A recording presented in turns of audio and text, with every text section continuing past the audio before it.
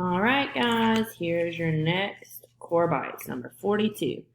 Jessica needs 2 cups of sugar to make 16 glasses of punch. Sounds like it's going to be really sweet. How many glasses of punch can she make with 8 cups of sugar? Okay, so she has 8 cups of sugar. 2 cups will make 16 glasses, but she's going to have 8 cups. Okay?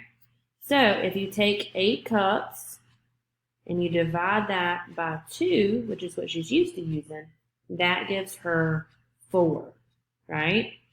So if you take 4 and then multiply it by the 16 glasses that it makes, 4 times 16 gives you 64 glasses of punch. So that is a lot of punch. For your next one, complete the chart. We have numbers on the side that are totals. Then you have numbers of equal groups, and then you have the amount in each group. So pretty much you're going to have to be multiplying these numbers to find your total. So 7 groups of 7 give you 49. You would have 9 times 6 would give you 54. So 6 groups of 9. And then for 63, 9 groups of 7, because 9 times 7 is 63. Number 3. Which decimal has the least value? Okay, so I know we haven't done decimals that much yet, but the further you go away from the decimal, the smaller the number is. So here you've got 9 tenths, 91 hundredths, and then 98 thousandths, because you're further away. So in our other work that we've done with regular place value that goes to whole numbers, the further you go to the left, the bigger the number. But here, the further you go to the right, the smaller the number. So this C right here has the least value. Okay?